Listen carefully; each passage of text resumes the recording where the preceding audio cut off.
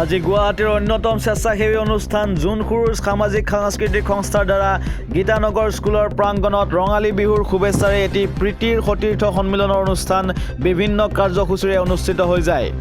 অনুষ্ঠানৰ আৰম্ভণিতে বন্তি প্ৰজ্বলন কৰে বিশিষ্ট শিক্ষাবিদ ডক্টৰ দয়ানন্দ পাঠকে। প্লাবিতা মহন্ত কাকতিৰ সভাপতিত্বত অনুষ্ঠিত মনোজ্ঞ অনুষ্ঠানটিৰ উদ্দেশ্য ব্যাখ্যা কৰে কাৰ্যকৰী সভাপতি দিগন্ত ভাগৱতীয়ে। সম্পাদক জোনালী শৰ্মাই আঁত ধৰা অনুষ্ঠানটিত বিশিষ্ট অতিথি হিচাপে উপস্থিত থাকে মহাপুৰুষ শ্ৰীমন্ত শংকৰদেৱ বিশ্ববিদ্যালয়ৰ প্ৰাক্তন পঞ্জীয়ক ডক্টৰ মৃণাল কুমাৰ বৰা।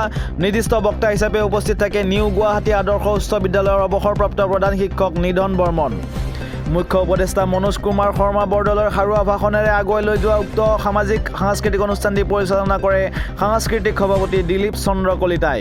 অনুষ্ঠানত অংশগ্ৰহণ কৰি সাৰগৰ্ভ বক্তৃতা প্ৰদান কৰে শোভন কুমাৰ মেধি, নীলোৎপল হাজৰিকা আৰু নীলম ডেকাই। অনুষ্ঠানত গীত পৰিৱেশন কৰে দিগন্ত ভাগৱতী, অঞ্জনা দত্ত, আৰতী দেৱী আৰু ৰুই বৰাই। কবিতা আবৃত্তি কৰে তনুজা খাটনিয়াৰ, কাবেৰী বৰঠাকুৰে।